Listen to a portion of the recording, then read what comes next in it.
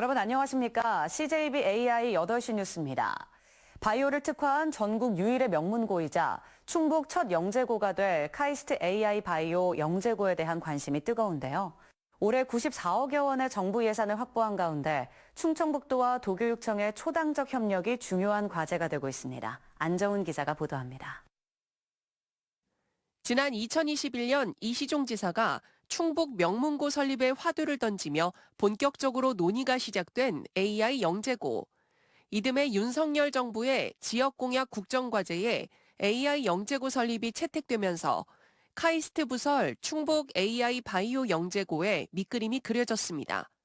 당초 국비 64%, 지방비 36%의 비율로 사업을 설계했지만 중앙정부와의 협의 끝에 국비 70%가 투입되는 국가주도 사업으로 전환됐습니다. 현 정부의 관심 사업으로 과학기술정보통신부 산하 과학경제지원팀도 신설됐습니다.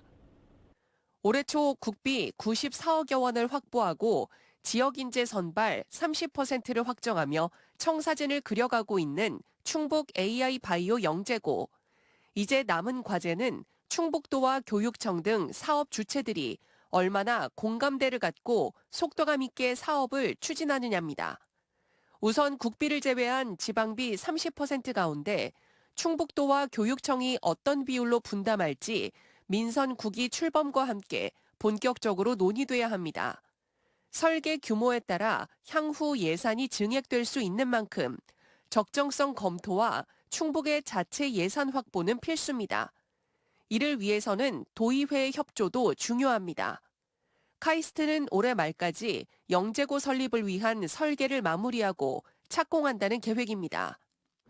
공사가 착공이 되면 그와 동시에 개교를 위한 개교준비위원회를 구성을 해서 커리큘럼이라든가 여러 가지 입학제도를 편성을 하고요. 그리고 학교 이름도 청주 오송읍에 들어설 카이스트 부설 AI 바이오 영재고는 오는 2029년 개교를 목표로 하고 있습니다.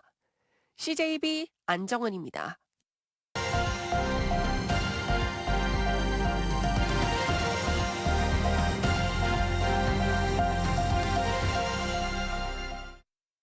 (5월에) 절정을 이루는 라벤더가 더디게 개화하면서 축제가 끝난 신항훈 퍼플섬의 라벤더를 이달 중순까지 감상할 수 있을 것으로 보입니다. 덕분에 한여름 내내 피는 버들맛 편초와 그 뒤를 잇는 아스타 국화까지 퍼플섬의 보랏빛 향연이 10월까지 끊임없이 이어질 전망입니다. KBC 고익수 기자가 보도합니다.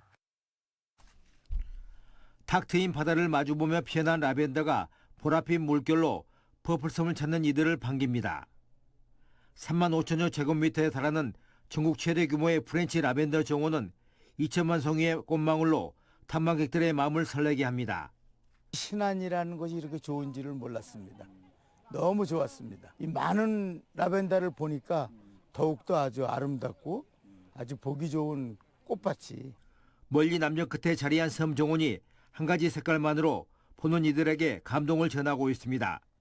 신안이라는 섬에 이렇게 관광단지를 이렇게 잘 만들어진지 저희도 와서 감동입니다. 지금 너무 이렇게 색깔별로 이렇게 많은 특색을 나타낸 거에 대해서 너무 좋은 것 같습니다. 예. 퍼플섬의 라벤더 개화율은 아침 저녁 찬기온 때문에 아직도 70%대에 머물러 이달 중순까지도 라벤더를 감상할 수 있을 전망입니다. 퍼플섬의 라벤더 축제는 끝이 났지만 버들맛 편추와 아스타로 이어지는 보랏빛 향연은 이제부터 시작입니다. 라벤더가 질 무렵 피기 시작하는 버들맛 편추가 오는 8월까지 가녀린 자태를 선보이고 뒤를 이어 아스타 국화가 10월까지 퍼플섬을 보라로 물들일 것으로 보입니다. 라벤더가 이제 계속적으로 6월 초중까지 계속 개화가 될 수 있을 것 같고요. 6월 초부터 8월 말까지는 한 3개월 정도 이 버들맛 편초가 할 것 같고요. 그리고 이제 곧 이어서 또 이제 아스타 국화가 저희들은 이제 개화가 됩니다. 신항군의 첫 컬러 마케팅 성공 사례로 꼽히는 퍼플섬. 라벤더와 버들맛 편추 아스타로 이어지는 보랏빛 축제로 봄부터 가을까지 탐방객들의 발길이 끊이지 않는 관광의 섬으로 자리를 잡고 있습니다. KBC 고익수입니다. We'll be right back. 충북에서 과수화상병이 도내 전역으로 번지고 있습니다. 지난달 14일 충주에서 올해 첫 발생한 이후 현재까지 46개 농가 18.57 헥타르의 피해가 발생했습니다.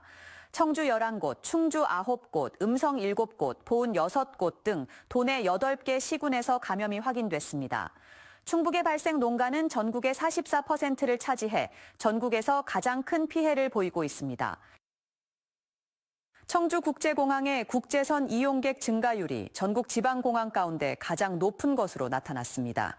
한국공항공사 항공통계에 따르면 지난달 청주공항 이용객은 40만 1234명으로 국제선 이용객은 지난해 같은 기간보다 52.2% 증가했습니다. 또 올해 국제선 누적 이용객은 지난 4일 기준 100만 명을 넘어섰으며 상반기 100만 명 돌파는 공항 개항 이후 처음입니다. 지난달 말 기준 청주시 인구는 88만 9,319명으로 5개월 연속 증가세를 이어갔습니다. 출생과 전입이 모두 늘면서 내국인과 외국인 인구가 함께 증가했습니다. 청주시는 현 추세라면 이달 중 인구 89만 명을 넘어설 것으로 전망했습니다. 충북도가 다음 달 14일 청주 오스코에서 배터리 인사이트 컨퍼런스 2026을 개최합니다. AI와 고신뢰성 기술을 활용한 배터리 안전 확보를 주제로 열리는 이번 행사에는 LG 에너지 솔루션과 삼성 SDI, SK온 등 국내 배터리 3사의 기술 리더들이 참여해 K배터리의 미래 전략과 차세대 기술을 소개합니다. 행사는 누구나 무료로 참가할 수 있으며 사전 신청은 이달 30일까지 공식 홈페이지에서 받습니다. 증평장뜰 들노래 축제가 이틀간의 일정을 마치고 성황리에 막을 내렸습니다. 증평민속체험박물관 일원에서 열린 이번 축제에서는 증평군 무형문화유산인 장뜰 두레농료 시연과 길놀이, 풍년기원제 등이 펼쳐져 전통 농경문화를 선보였습니다. 또 증평군 숲의 어린이 씨름왕 선발대회 등 다양한 체험 행사도 열려 가족 단위 방문객들의 호응을 얻었습니다. 진천경찰서는 서비스에 불만을 품고 마사지 업소 직원을 폭행한 50대 중국인 A씨를 불구속 입건했습니다. A씨는 지난 9일 오전 2시 30분쯤 진천의 한 마사지 업소에서 같은 국적의 60대 여직원 B씨의 얼굴 부위 등을 폭행한 혐의를 받고 있습니다. 신고를 받고 출동한 경찰은 A씨를 현행범 체포해 사건 경위를 조사하고 있습니다. 이상으로 CJB-AI 8시 뉴스를 마칩니다. 시청해주신 여러분 고맙습니다.